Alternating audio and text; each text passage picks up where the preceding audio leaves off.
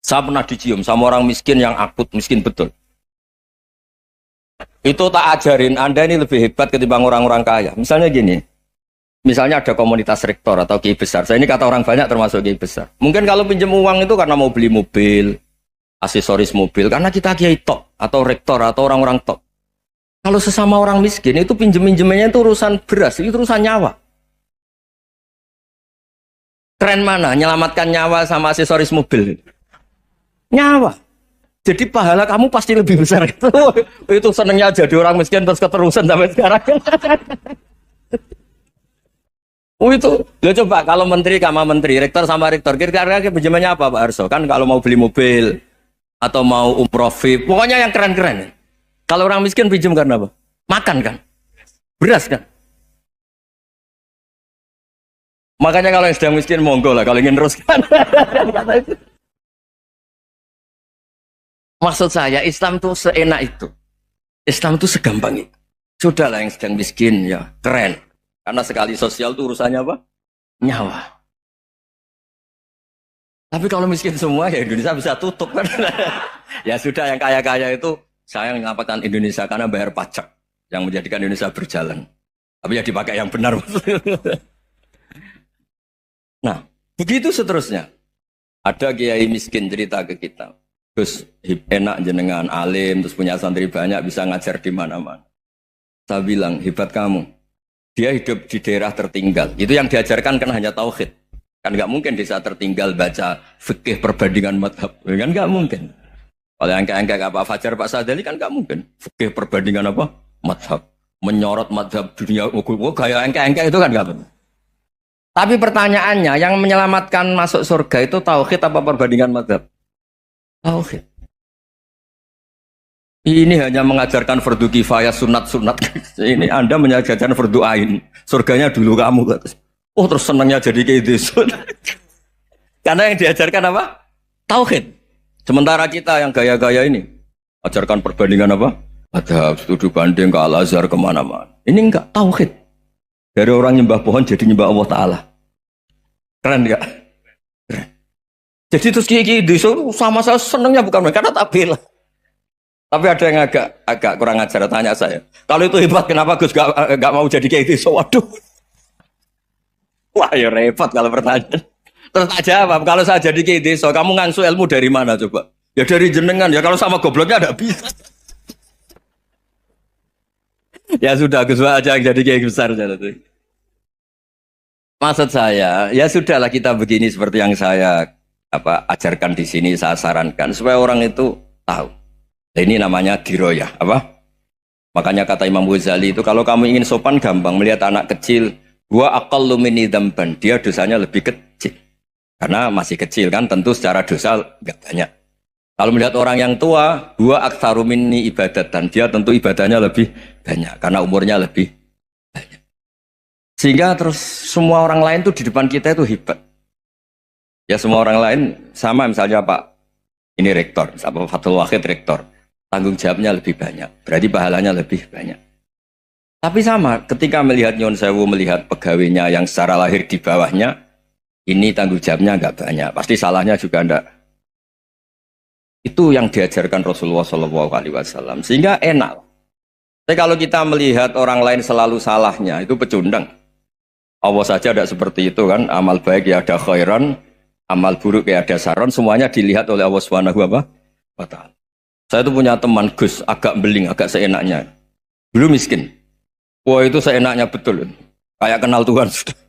Tak tanya, kenapa kamu seenaknya? Satu bulan tuh labanya bisa 200 juta sampai 500, sampai 1 miliar. Saya itu Gus, setelah duha itu perkembangannya bagus. Sholat duha itu.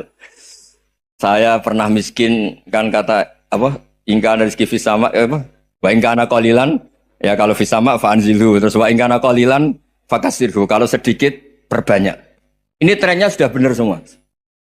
Nah, wa ingkana ya haraman fatahirhu, kalau haram yang kau sucikan.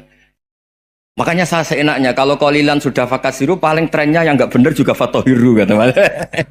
Dia yakin kalau yang enggak benar-benar sudah disucikan Allah, karena yang lain-lain sudah Dari miskin sudah kaya, qalilan sudah fakasiru. Paling yang haroman juga sudah fatohiru gitu. Tak tanya, lah kamu kok tahu? Polanya sudah ada Gus, karena sang qalilan. Kamu sembrono sama Tuhan kok begitu kan? Tapi apapun itu seneng saya. Seneng saya sering salah teh, makanya saya mohon lah. Yang sekarang miskin, sedang miskin itu ya ndak usah nyesal banget-banget. Kalau ingin kaya monggo lah, namanya orang juga ingin. Tapi Anda harus bangga. Sosial antar kalian adalah urusan nyawa dan itu pahalanya luar biasa. Supaya kita, nah yang kaya-kaya juga boleh GR lah karena pembayar pajak. Dan itu bisa menyelamatkan apa? Indonesia Raya. Begitu seterusnya. Itu yang diajarkan Nabi, antawadhu hatta la yabghiya ahadun ala ahadin. Kamu semua harus tawadhu sehingga antar kalian tidak saling tidak sopan, tidak saling liar, tidak saling mendolimi. Termasuk tadi sikap gak jelas tadi. Orang dolim yang sekarang dolim bisa saja tobat, yang sekarang soleh bisa saja nanti. Semuanya tuh mungkin. Kita diajari ya muqallibal qulub tsabbit qalbi ala dini. Jadi keliru kalau kita dalam banyak harus tegas, gak mesti. Al halalu bayyinun wal haramu bayyinun. Tapi ada wa bainahuma umurun mustabihat. Ada yang wilayahnya itu abu-abu. Misalnya ada perempuan cantik, misalnya contoh paling gampang. Kalau kamu ajari secara serius, kamu bisa saja tergoda jadi fitnah.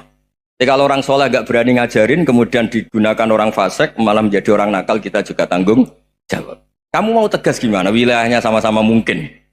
Wilayahnya sama-sama mungkin. Yang dekat pejabat mungkin terkontaminasi KKN. Tapi kalau pejabat gak dekati orang soleh, punya perilaku yang gak soleh, yang repot juga Indonesia kan? Nah hal-hal seperti itu kita tidak perlu ngambil sikap. Maksudnya nggak usah ngambil sikap, ya kita buktikan kalau milih satu madhab, kita buktikan semuanya lebih baik, semuanya lebih bermanfaat, semuanya lebih berperadaban. Karena nggak bisa dihindari wa bainahuma. Termasuk nyuwun sewu, saya mohon maaf sama mulai Pak Harso, Pak Lutfi sampai Pak Fathul Wahid. Saya ini termasuk kiai yang nggak suka dekat sama orang-orang top. Bukan karena hasud. Memang konstitusi kiai harus gitu lah, tamud dan na'inaika. Kenal orang lebih tinggi itu kan resiko. Misalnya saya kiai desa, mungkin punya keri tua sudah seneng, punya kijang tua sudah seneng. Gara-gara kenal Pak Wahid naik Kempri, waduh kok saya kalah itu. Kenal orang itu kan resiko. Mungkin dosen-dosen sini kalau kenal saya di Rembang juga resiko. Di sini gak ada cium tangan, biasa dosen, wah gak enak jadi dosen. Jadi memang harus dibatasin. Sekiranya mungkin orang terus, karena latamud dan nanawa, ainaika ilham. Kamu jangan sering melihat orang lain yang mungkin secara lahir dapat nikmat yang lebih tinggi timbang Anda. Kalau kamu nggak bisa ngelola hati Anda bisa hasut, Anda bisa dengki. Paling tidak Anda bisa ada syukur. Saya itu sering didolani pejabat. Juga sering melihat pejabat di TV-TV. Naik mobil aja ada yang naikkan. Bahkan kalau wudhu itu anduk aja ada yang bawa. Itu kalau yang nggak kuat, weh naik jadi pejabat. Ya makanya terus konstitusi kiai itu mengatur, sudahlah, mata kamu itu kamu batasin. Jangan melihat sesuatu yang potensi ya, potensi menjadikan Anda tidak apa? Syukur. Jadi saya mohon, ini memang konstitusi saya sebagai kiai, jadi saya, tapi di hati saya tetap akrab. Saya doakan semua untuk UI, untuk semua orang Indonesia kita doakan. Kita ingin semuanya tambah baik, tambah. Tadi katanya mau naik kelas ya. Kalau naik kelas dari rumah saya niatkan mari mengkaji diroyah. Diroyah itu melogikakan riwayat. Jadi misalnya kita sering dengar Rasulullah SAW sering ngendikan kalian masuk surga itu bukan hanya berdasar amal, tapi berdasar anugerah Allah Subhanahu wa Ta'ala. Oke, kita sepakat amal kita, perilaku kita, ibadah kita andaikan dikompensasi dengan nikmat yang Allah berikan tentu tidak seimbang. Untuk membayar itu saja sudah lunas. Jadi Anda semua tidak berhak masuk apa? Surga. Sehingga di beberapa riwayat dijelaskan ada orang yang 500 tahun ibadah, nggak pernah maksiat. Ditanya sama Allah, kamu masuk surga karena apa? Karena ibadah saya ya Allah. Ya sudah, surga kamu 500 tahun saja, karena ibadah kamu 500 tahun. Ini cerita umur-umur orang dulu. Ya Allah, katanya surga engkau ini selamanya. Ya kalau yang selamanya itu rahmatku, kalau amal kamu terbatas ya surganya sesuai amal kamu ya terbatas. Ya sudah ya Allah, berarti masuk saya surga saya ini karena fadl engkau, karena anugerah engkau. Itu namanya apa? Diroyah. Diroyah itu satu kajian analisis di mana kita percaya riwayat, tapi kemudian punya logika, punya diroyah. Ini penting supaya tauhid kita ini kuat. Jadi dulu ada orang yang sangat cerdas, namanya Jubair bin Mut'im. Dia saking cerdasnya, juga kaya, juga tokoh, dikirim sebagai delegasi pembebasan Asra Badrin, tawanan Badar. Kemudian pas datang ke Masjid Nabawi, Nabi delalah pas baca Wattur wa kitabim mastur. Sampai pada titik Nabi baca Am khuliqu min ghairi syai'in am humul khaliqun. Apakah penciptaan yang sedemikian canggih itu dimulai tanpa perwujudan, tanpa sesuatu yang real, yang maujud? Orang itu langsung bersimpuh, matur, ya Rasulullah saya Islam. Kada qalbi yatir, hampir hati saya, otak saya, pikiran saya itu terbang. Karena logika yang dibangun ateisme misalnya, kalau alam raya ini dimulai dari nihilisme, berarti logikanya apa? Al-adamu yakhluqu maujudan. Alam raya ini kan maujud. Maujud itu ada. Kalau yang lebih dulu itu ketiadaan, berarti ketiadaan menjadi sebab kewujudan. Kalau dalam bahasa Arab itu al-adamu yakhluqu maujudan. Sesuatu yang harusnya nggak jadi faktor karena ketiadaan, menjadi faktor sesuatu yang nyata. Itu kan nggak masuk akal.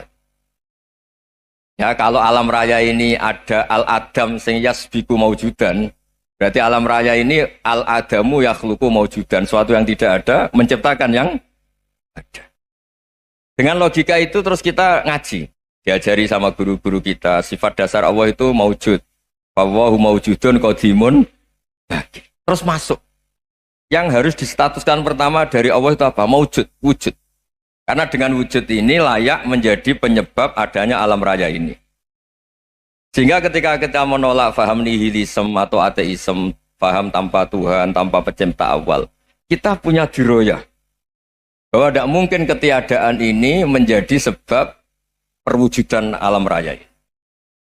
Yaitu amkhuliku min ghairi syai'in. Masa alam raya ini diciptakan tanpa sebab yang nyata, yaitu wajibil wujud. Siapa itu? Allah Subhanahu wa ta'ala. Begitu juga menyangkut sholawat. Orang boleh beda pendapat tentang redaksi sholawat. Ada yang sholli ala Muhammad, ala Sayyidina Muhammad, Nabi Muhammad. Monggo lah masalah redaksi saja. Tapi setelah dianalisis, Nabi itu Pak Rektor jadi Nabi setelah Nabi Isa saking dihormatinya sampai dituhankan. Juga jadi Nabi yang ada cerita masih hangat, orang Yahudi itu bunuh Nabi. Jadi yang satu mendudukkan Nabi sedemikian tinggi sampai kayak Tuhan, yang satu menjatuhkan Nabi sedemikian rendah sampai dibunuh.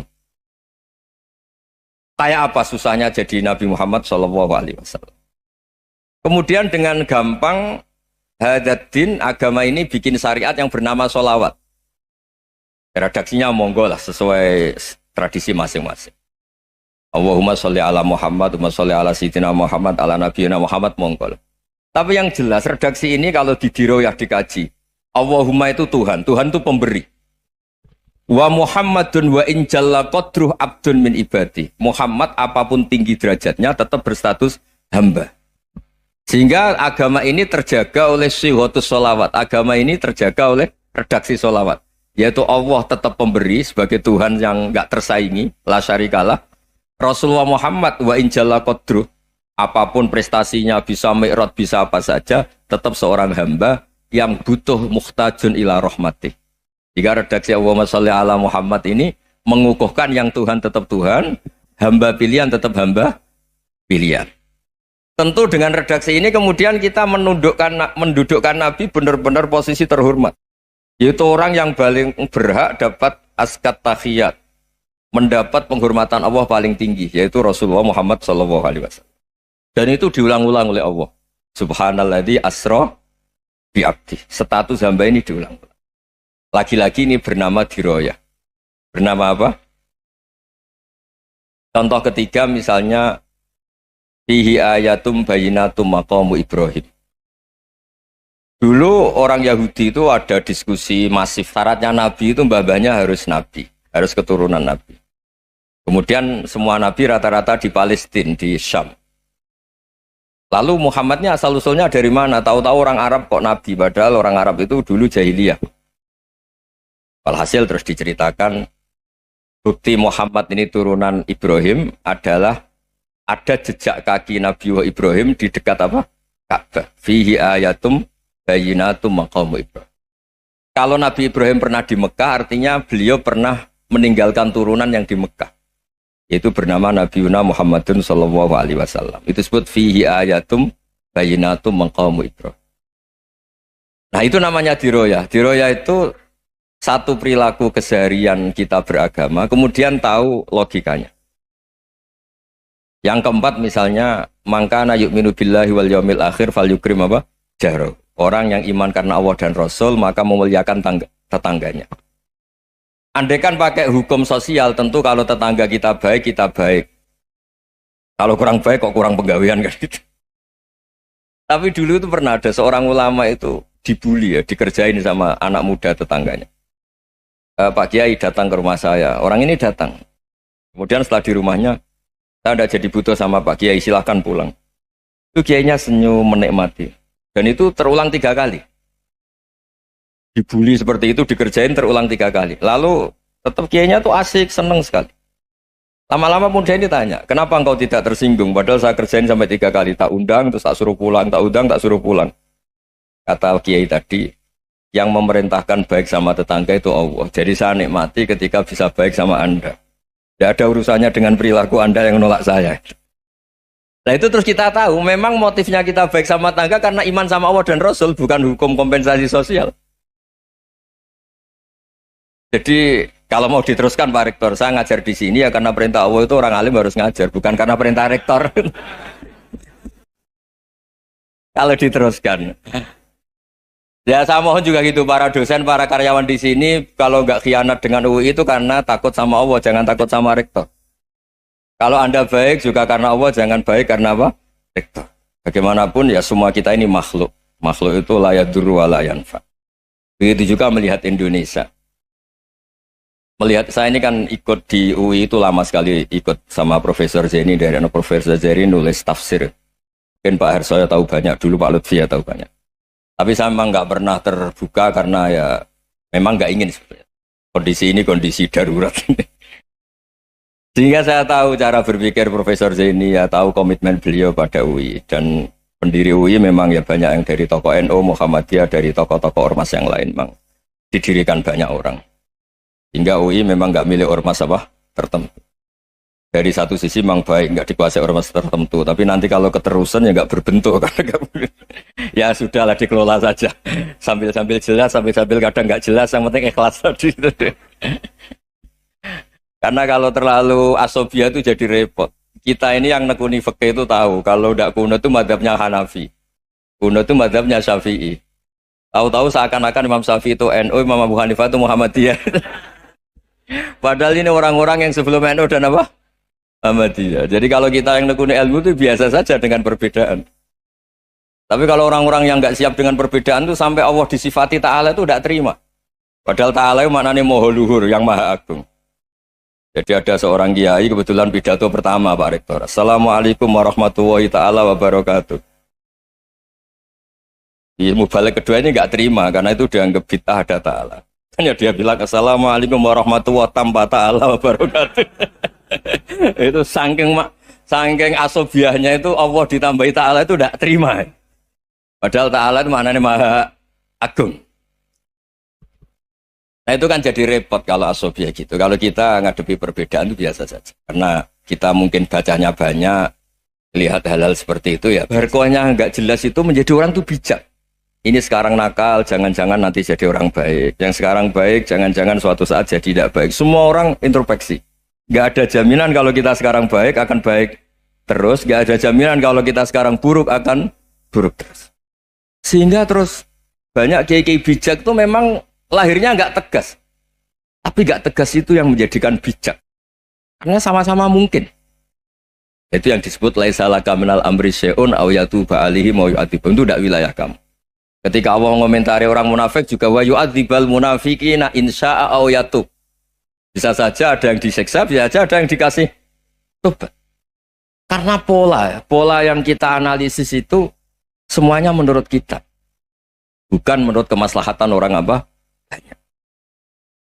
Saya punya sekian contoh cerita. Orang yang sowan kiai baik-baik, mungkin bawa gula atau salam tempel, tidak tahu lah. Itu tidak mesti jadi wali. Tapi kali Joko yang kenal Sunan Bonang, itu kenalnya itu karena ingin begal. malah jadi wali. Nih. Tapi tidak usah dicoba. Umar itu nyari Nabi itu mau dibunuh. Tapi malah tobat jadi orang baik. Jadi ini penting ngaji ya, supaya tidak tegas itu, tidak jelas itu kadang baik. Nah termasuk saya juga termasuk dia yang milih tidak jelas. Saya sering gojlok gini, Fajar Hadili ini murid-murid saya sering saya gojlok. Kalau semua sistem pendidikan kayak kampus, kayak UII, kayak UIN semuanya, itu sistem yang bagus karena tertib, jam kuliahnya jelas, mata kuliahnya jelas. Kalau di pesantren itu Pak Arso itu gak tertib, tapi justru itu enak ketemu di jalan orang berani tanya. Nah, ini kalau mbak-mbak misalnya menstruasi, mau belajar haid nunggu semester berapa baru tahu. Itu bisa sekian tahun gak sholat karena nunggu pelajarannya baru diterangkan.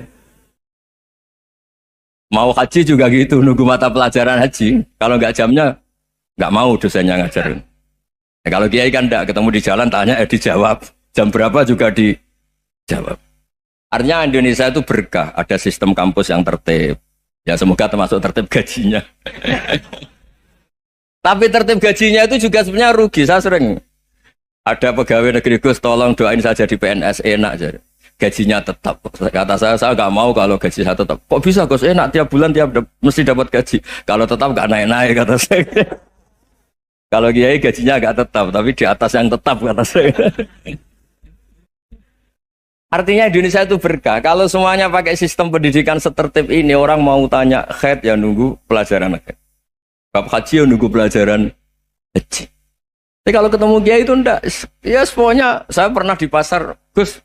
Mau tanya apa? Anak saya keluar darah terus gini-gini. Padahal biasanya haid hanya 7 hari gini-gini. Ya sudah kembalikan ke biasanya rudat hilal adat. Itu udah usah sowan ke rumah. Juga gak registrasi dulu, gak daftar dulu. Ya ini udah nyindir cerita saja. Supaya ini bukti koalisi beneran. Jadi saya yang kiai gak tertib jam, koalisi sama yang tertib jam. Jadi kalau semuanya sistem kampus, nanti pertanyaan itu enggak bisa on time, enggak bisa setiap saat. Makanya Indonesia itu berkah. Kiai-kiai yang alim yang di jalan-jalan banyak. Juga kiai yang di kampus dokter-dokter fikih banyak. Yang nekuni ilmu umum ya banyak. Macam-macam. Itu masalah itu kalau saling mengadili itu baru masalah. Misalnya kiai ngeluh, enggak enak jadi kiai, enggak punya gaji tetap. Yang dosen ngeluh, enggak dicium tangannya. Karena memang unik Indonesia itu. Kalau guru fikih kok dosen itu tetap nggak dicium tangannya. Karena pikirannya anak-anak itu wong sudah bayar disuruh nyium. Itu kayak di alam sadar tuh gitu. Kalau kiai itu kan anak-anak gak bayar itu. Ya opanya cium tangan itu.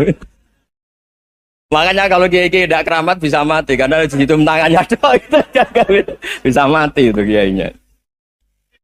Ya ini cerita. Supaya saling menghormati, saling. Nah dulu itu perbedaan itu urusan sudut pandang. Ya saya ulang lagi, perbedaan itu sudut. Allah yang Tuhan saja sering didebat sama nabi-nabinya. Karena urusan sudut pandang, Saya beri contoh ya. Suatu saat Khalilur Rahman Ibrahim itu saatnya meninggal sama Allah, Israel disuruh. Itu Ibrahim saatnya meninggal, ambil nyawanya. Setelah datang ke Ibrahim, ya Khalilur Rahman Ibrahim, saya disuruh nyabut nyawa Anda. Itu Israel dipaksa mikir sama Ibrahim. Hal ra'aita khalilan yumitu khalilah. Kamu tahu orang yang mencintai kemudian bunuh yang dicintai. Itu logika agak benar. Akhirnya Israel kan gak biasa debat. Kan gak dilatih debat. Gak pernah ikut lomba UI debat ilmiah. Dia taunya nyambut nyawa aja. Kembali ke Allah. Ya Allah, kata Ibrahim, hal ra'aita khalilan yumitu khalilah. Masa kekasih bunuh yang dicintai ya. Tapi kata Allah santai. Bilang ke Ibrahim, hal ra'aita habiban yakrahu ayyalqa habibah. Masa katanya dia cinta saya, kemudian ketemu saya tidak berani. Israel mater lagi. Logikanya gini, Ibrahim, masa yang dicintai sama yang ketemu yang dicintai nggak berani? Ya udah ketemu aja. Satunya yang meninggal itu. Artinya kamu bisa saja GR tidak mati-mati karena merasa dicintai. atau ingin mati karena mencintai. Nah, maksud saya hal-hal seperti ini orang UI pasti gak jelas. Katanya cinta Allah suruh mati ya nggak mau. Gak jelas kan? Dibilang gak cinta juga gak mau. Tapi dibilang cinta kalau ukurannya mati juga gak mau. Nah, tapi dalam banyak hal gak jelas itu penting, Pak Rektor. Penting sekali. Buatan guyon. Saya beri contoh sekian ilmiah, gak jelas itu penting. Rasulullah Shallallahu Alaihi Wasallam itu dalam banyak hal itu disuruh Allah, memang disuruh supaya ngambil sikap seperti itu. Karena Allah itu punya otoritas penuh untuk bikin orang itu baik atau tidak baik. Wahsy itu yang membunuh Sayyid Hamzah, orang paling dicintai Nabi, di antara yang dicintai Nabi. Qatalahu Wahsyun, dibunuh oleh Wahsy. Nabi secara basarnya itu gak suka sama Wahsy. Sampai cara lahir ya ingin corong Jawa ingin masuk nol. Tapi apa kata Allah? Laisa laka minal amri syai'un aw yatuba alaihim aw yu'adziba. Itu tidak wilayah kamu Muhammad. Malah Wahsy dikasih tobat sama Allah. Khalid bin Walid. Itu perang Uhud kalah itu karena ide brilian Khalid bin Walid. Pas itu masih panglima kafir. Yaitu pura-pura kalah, ghanimah dilepas, sahabat turun, pasukannya naik, walhasil orang Islam kalah. Khalid bin Walid akhirnya juga masuk Islam. Orang yang secara basariah Nabi itu gak siap. Kebalikannya juga ada. Sa'labah itu orang sampai dapat gelar Hamamatul Masjid. Ini pas ngaji mesti ingat. Salam. Dia di masjid terus. Setiap habis salam tuh lari. Karena istrinya Nyun Sewu masih berpakaian yang tidak pantas. Kenapa engkau terburu-buru pulang? Pakaian yang dipakai istri saya sekarang saya pakai. Ya pakaian sarung itu kayak Pak Rektor kan fleksibel.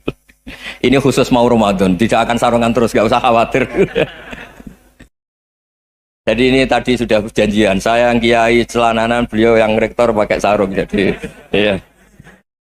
Supaya itu barter madhab. Tapi hanya sekali ini aja, bukan. Jadi jangan diharapkan ini jadi tontonan terus menerus. Dan ini barter madhab. Saya sama Profesor Kores juga sering gitu. Saya pakai sarung yang dihadiahi beliau, beliau pakai sarung yang dihadiahi saya. Memang itu tradisi Islam.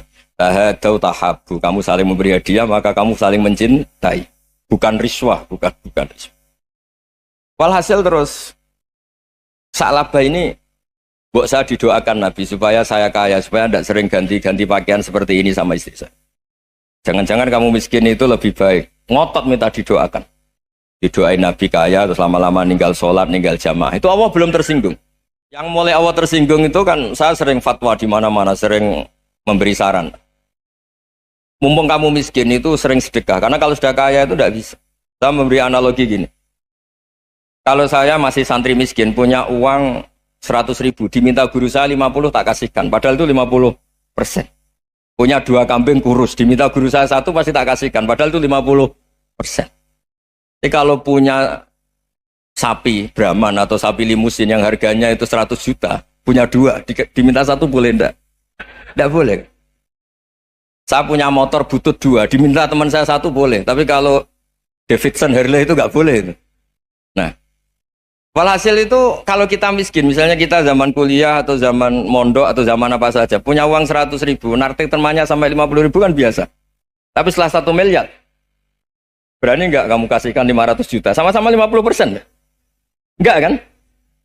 Nah, Sa'labah gitu, ketika zakat masih per 40 kambing 1 kambing itu sebenarnya kan masih ringan. 41, 82.